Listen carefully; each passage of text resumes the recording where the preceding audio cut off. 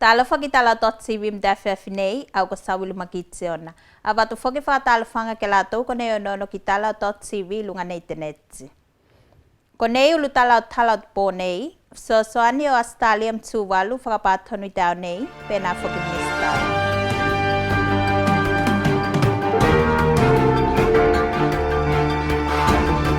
Te malo Australia so ani fa tupe nei ya te afa ta fa ki tupe. Manakonginan te malo soani ki tino tatu whenua, ia tam whainga o ngai atu te masakite ne ko te COVID-19. I te tai au nei, ne saina iet whapat tonunga soani tupe te malo Australia mo tūwalu. Te sainanga ne whai te wasia o te minisita o tupe mo te sui malunga Australia ki tūwalu nei. Tau whai wa Andrew ne whatasik te whainga mea, kai tēnei tēnei reports. Te soani tupe tēnei e tusa mo te 3 miliona tāla, ne whakamea alofa mai mo soani ki tamo whainga ko ne te malo o angai atu ki te pokotianga o te masaki ko te COVID-19.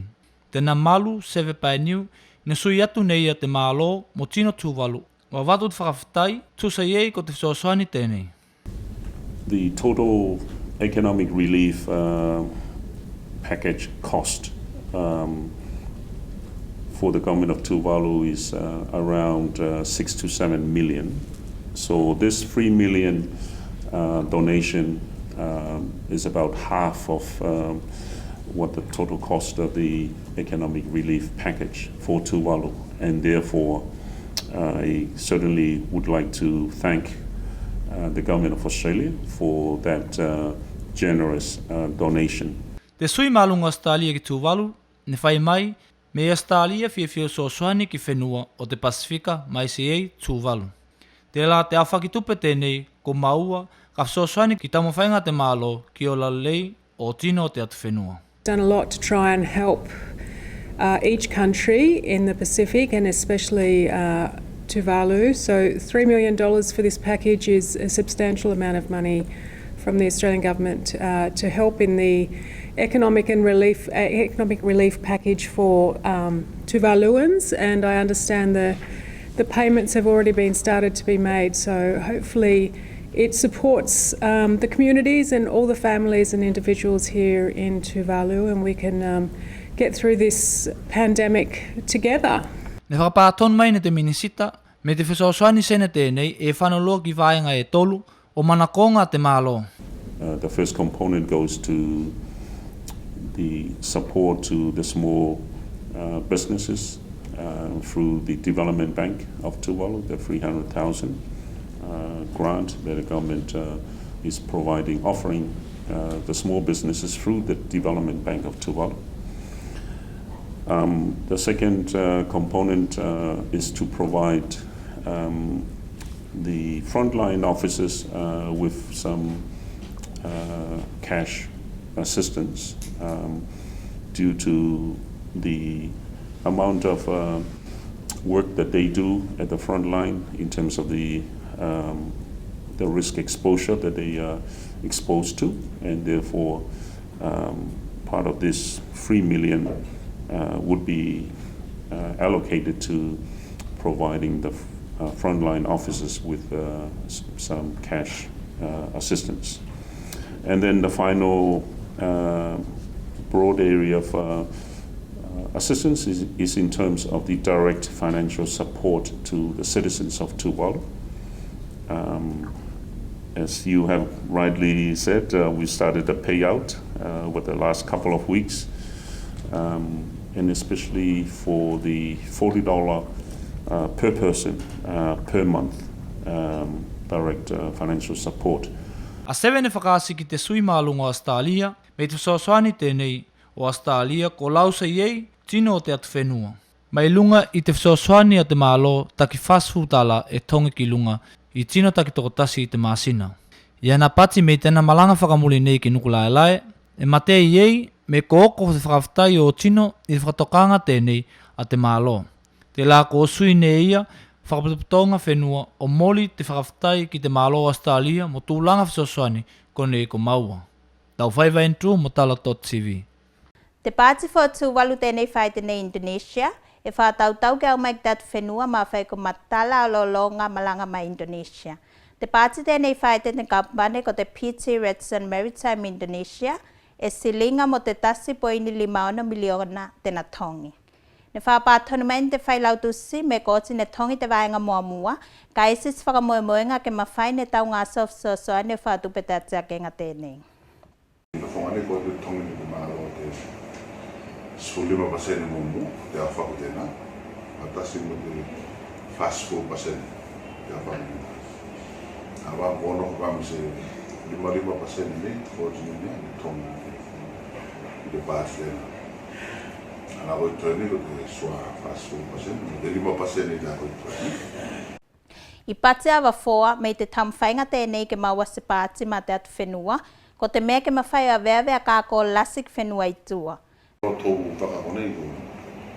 Te lasi o pokotianga i te leo kā ko mawhana, kā ko lasi me whakatū tū. I runga i tōku whakakone i ni. E nara mea mo mana huina ko te kēti ko se whakawa, ko te mea se whakawa tā whailoni ia. O wapea kā ko mawhana, kā ko whakamata. Ka mga hura ko whai te whakatene o tōro kiutani. I te whea i pōtā pakone i fōkone te mea vai tukutu. E nā whoku te apataina no mea. A te pāti tēnei whai te mo te whamoemoenga ke mawhai lo whanaka ki utai te whenua. Te whakatautaunga me ka whai koto ka a wāfo whenua ko nei e whai tenei, ko whai ngōwhia te whanaka loa ki uta o tuku whakaleia kākō. Te ministuli te waitau nei, ko otin whakailo tēnā whakatau whainga ki te salanga o te ingo mo te pātifo tēnei tātu whenua. Te whailau tu sifsosani te ministuli o kau whaika, ne toi whakamalosi ki tino ke ata whaika e pui te moana. A wā te tāua te moana ki te olanga tātou, pēnā whuki me te maumea tātu whenua. A Moira Simmons ne whai tēnā whaipatinga tēnei, i te whai ngā mea fōli ki te lai whakamanatu i te aso te moana tēnei e paku tonu ki te aso nei. Iana patsi me tāua kilo ko tina tūwalu ke whai o tau tūsanga i te tausinga te puipuinga whakaleo te moana, mai se loa mea o lai te tai. The idea of this World Oceans Day is that we work together. For Tuvalu, even though we are a smaller island state, we are also a big ocean state. We depend so much on our marine organisms. We depend so much for food security and revenue on things like tuna. But at the end of the day, it's important that we learn how to protect them. This year's theme is on sustainable innovation relating to Oceans Day, and it's important that we look after our oceans. It's important for me to also note that we should protect our oceans by not littering, be it plastics or microplastics, drift nets or oil spills. It's very important that we look after our oceans for the sustainability of not only us and the generations to come, but for all Tuvaluans. Te aso te moana e whakamasao mai ki tino, a te tāua te moana ki o langa o tino i aso katoa. Te lala nei kui te mālo soko, ke whai te pō walu o iuni, mo asa whakamanatu te lai whakamalo sia iei a te mawhauwhaunga, mo whainga ko lai pui iei te moana pe la whoki te whakaonga whakalei o mea ko la ola i te moana. Te whainga me te awhiawhinei, ne whakapatino ki te katinga o te kekei mo i te ofisalasa te mālo, ka ko te lasinga apolo kalame whakamanatu o te aso, ne whai te vaiaso ko o te kailoto i te vaiaso o te nivalo mene. Kai mo te toe tala, te matanga luenga o lolonga malanga, ko whakasoa nei taimi o waka mo te whakawhokinga o tamaliki mo te whaua ki Vaitupu. Pēnā whuki mo te puke mainga o tamaliki a konga whituwalu ki whinawhuti nei. Ne whapātonu mai te whai lautusi, me i te waka e tala i te vaiaso nei, te la ka watu iei tamaliki ko nei e nofo ilunga i whinawhuti nei. Ane ko malulue ki mātou ni ki runga te yaranga waka o te mana, whoku me tamariki. Tamariki kone mo tamariki whoku mo te whoku. Ane tau mamanga tene ko ngā leo mātou ki ke pick up day te waka tene, i te ranga waka whatautau tene ko te whakatu. Te waka whatautau pe taratu te soto. Te waka tena e tonu whatautau ka tāma ko ati whakatu. Te soto, nā rā ki whui mo tuena te waka tene mai, ki te south. O whana wharatana ka te storo o tala ki Waitu. E whukia kuna tamariki o nika mwhoi mwhoi, nā whuki pena o tamariki ura nā toa tukutu. Vai tuku ko tai whanau i te central. Nui ni whetau vai tuku whoki. Tuku na mariki o te central. A te waka e whakatautau ke toi whoki mai ki whunā futsi o toi utu whakalei ko toi tala atu e ki whenua ki lunga. O te lai ko mai te whakane ko mai te utu whakalei. Whiu whakalei. Where we have the Russians coming. Te whanata whiri te no ko mai te mariki. Whenua mana te no whanā whakamori whoki ke. So pena ko te whakamori tu wala tau whoki. Whamoemoenga, me ka whuki mai te waka i te whakawhukinga katoa tamaliki, ko mānawa māli e iei te lau mua, ona ko te uke o malanga ne whanau iei. Mai tawha iei, e isis whakamoemoenga o te ministuli, ke whanatu te waka ki whitse o whai te whakalei ana mea maa 6 time mai mua nei. Ko nā la tala.cv te pō nei, 5 time te mai mua mai, manu ia te pō, kai toka.